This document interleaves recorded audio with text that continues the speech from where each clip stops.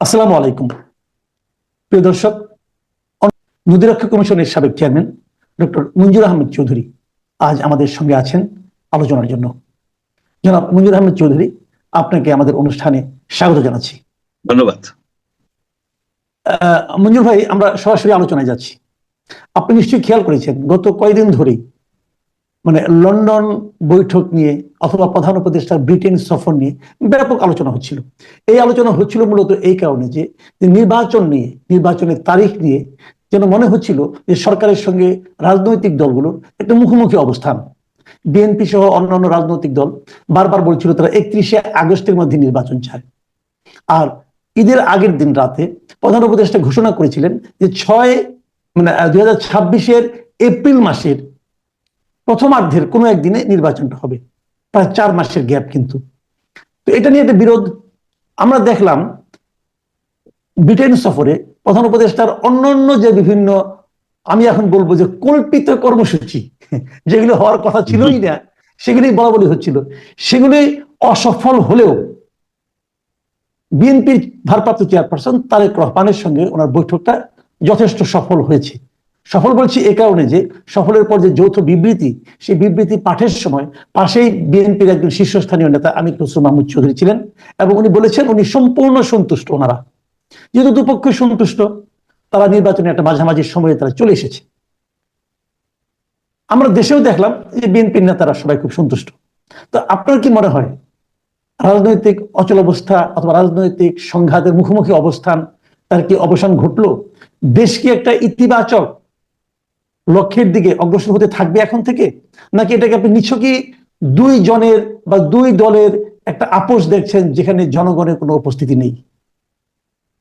না, প্রথমে বলে নিই, আপনি বলছিলেন যে 31শে আগস্ট, আসলে 31শে ডিসেম্বরের মধ্যে বিএনপি নির্বাচন চাচ্ছে। আমার ভুল হয়েছে।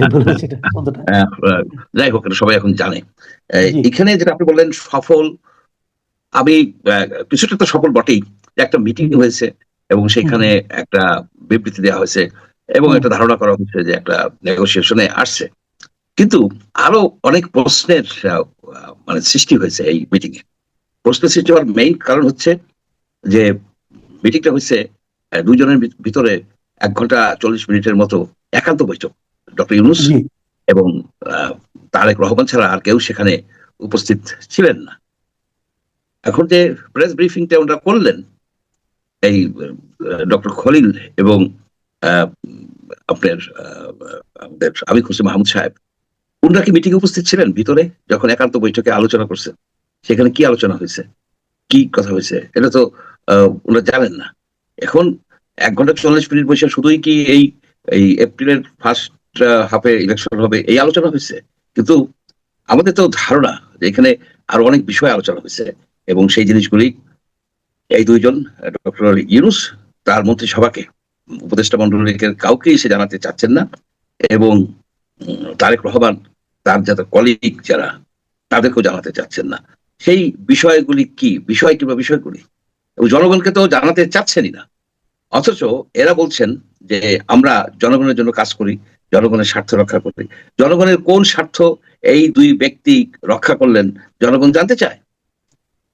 এবং দেখেন, এই সময়কালে কতগুলো প্রেসিং সমস্যা ছিল। যে একটা হচ্ছে যে ডক্টর মোহাম্মদ ইউনূস এবং তার কয়েকজন সহকর্মী মিলে বাংলাদেশকে টেনে হিস্ট্রে মায়ানমারের সাথে একটা যুদ্ধ অবস্থায় নিয়ে যাচ্ছে।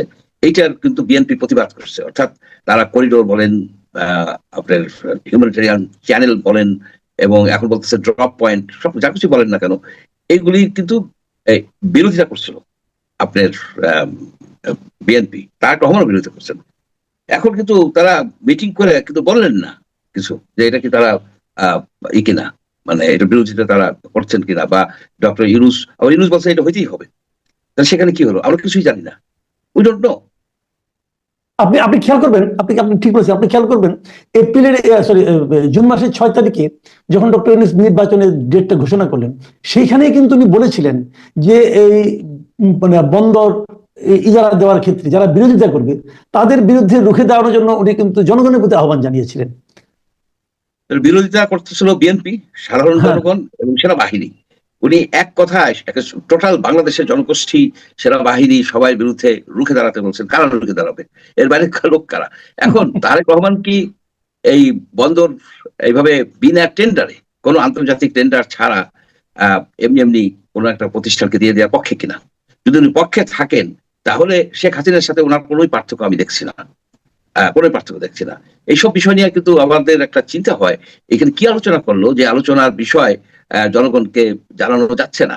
সুতরাং এখানে একটা যতটা না আপনার হিট আলো হয়েছে এই আলোচনার মাধ্যমে, তার থেকে বেশি হিট উৎপাদন হয়েছে, আরো বেশি প্রশ্নের সৃষ্টি হয়েছে, এবং সেই জন্য নানাবিধ ডালাপালা দিয়ে যাচ্ছে। কেউ কেউ এই কথাও সন্দেহ করে যে এইখানে কি সিট ভাগাভাগির কোনো বিষয় হয়েছে।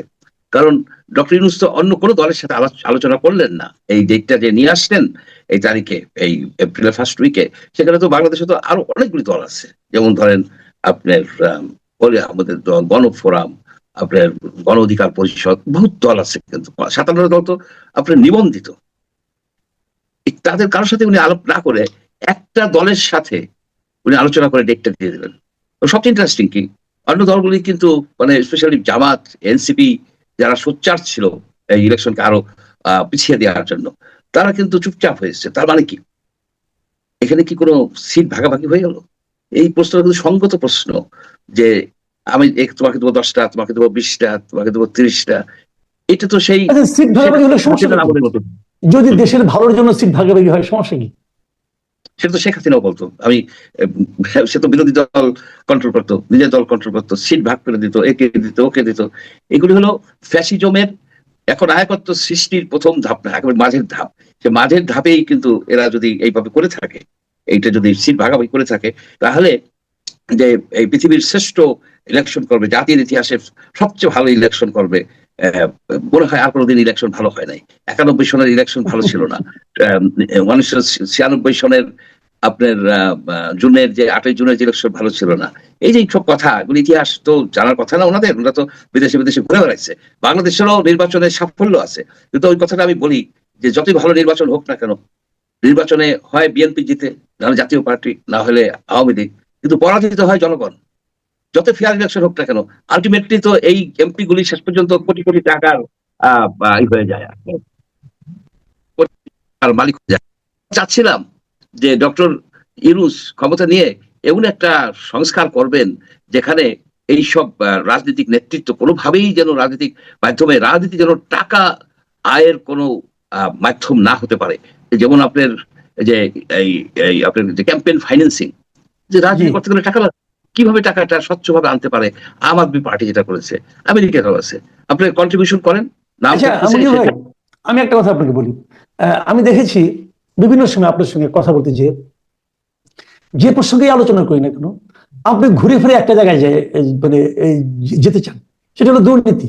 মানে আপনার কথাবার্তার মধ্যে যেটা শুনে মনে হয় যে আপনি মনে করেন যেন দুর্নীতিটাই বোধহয় সকল সমস্যার মানে মূল।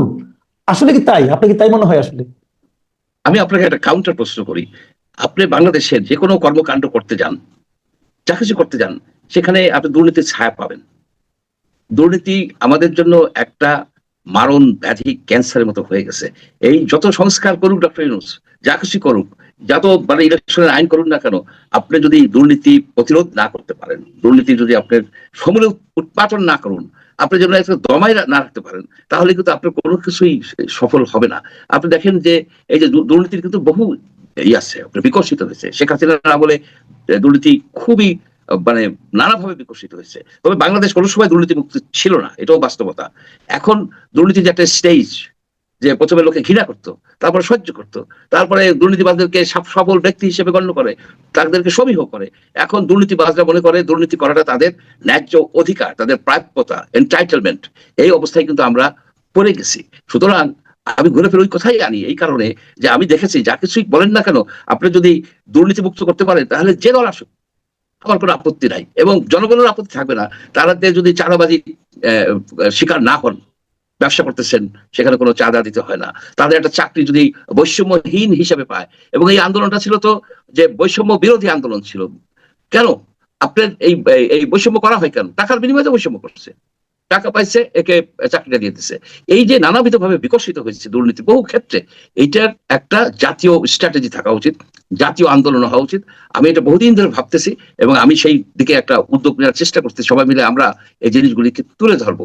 আপনি দুর্নীতির, আপনি কি মনে করেন যে এই যে বর্তমান যে অন্তর্বর্তীকালীন সরকার আছে, এখানে তো সব সমাজের বিভিন্ন প্রতিষ্ঠিত লোককে আনা হয়েছে, দেখে আনা হয়েছে, তো এই সরকারও কি প্রকারান্তরে দুর্নীতি করছে অথবা দুর্নীতিকে প্রশ্রয় দিচ্ছে?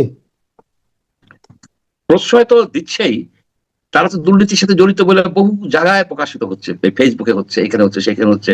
আপনি দেখেন যে তিনজন, আপনি দেখেন তিনজন অ্যাডভাইজার স্পেশাল অ্যাসিস্ট্যান্টের এপিএস রা তাদের পাসপোর্ট আটকানো হয়েছে, এনআইটি ব্লক করা হয়েছে। কেন? দুদক প্রাথমিকভাবে তথ্য পাইছে যে তারা দুর্নীতির সাথে জড়িত। এই যে দেখেন যে এমন একটা সিস্টেমের মধ্যে পড়ে গেছে যে তারা তাদের সম্পদের কোনো হিসাব দিতে চাচ্ছে না। সম্পদের হিসাব দিলে অসুবিধাটা কি? অবৈধ সম্পদ না থাকলে অসুবিধা তো নাই। বলা হচ্ছে না যে তুমি এত কোটি টাকার সব বেশি সম্পদ রাখতে পারবে না, সেটা তো বলা হচ্ছে না। তোমার সম্পদটা কি বৈধভাবে তুমি আয় করছো কিনা বা ইনহেরিট করছো কিনা, এই বিষয়টাই তো। কিন্তু তারা কিন্তু দিল না। আপনিও তো বলছেন, আপনি বহুবার বলছেন যে এটা না, এটা আমার কাছে একটু অস্বাভাবিক লাগে যে ওনারা নিজেরাই বললেন হিসাব দিবেন, তারপর আর দিচ্ছেন না। এটা কেন? কি মনে হয়? কর্মকর্তা কর্মচারীদের হিসাব চায়, কিন্তু ওনাদের হিসাব দিবে না। অর্থাৎ ওনারা এইরকম স্বর্গচ্যুত দেবদূত এক একজন, যে এদের সকল সন্দেহের ঊর্ধ্বে। ডক্টর ইউনূস, তাকে ক্যাবিনেট ডিভিশন থেকে বলা হয়েছে তার নিজস্ব বিবেচনায় অনুসারে সে হিসাবটা দিবে, সে তো দেয় নাই। তার তার যারা সহকর্মী, যারা অ্যাডভাইজারি প্যানেলে যারা আছেন, কেউই দেয় নাই। অর্থাৎ হয়তো দিয়েছে, আমরা জানি না, যে হয়তো দিয়েছে, হয়তো সরকারের কাছে আছে। তাতে লাভটা কি? কোনো লাভ নাই। আপনার পাবলিক অ্যাকাউন্টেবিলিটি থাকবে না। পৃথিবীর কোন দেশে আছে যে, আপনি তো বাংলাদেশেও তো আছে, এমপিরা যখন ইলেকশনে দাঁড়ায় তাদের তো সম্পদের হিসাবটা দিতে হয়, সেটা দেয়, ওয়েবসাইটে যায়, পরে আবার ডিলিট করে ফেলায়, তাও হয়েছে।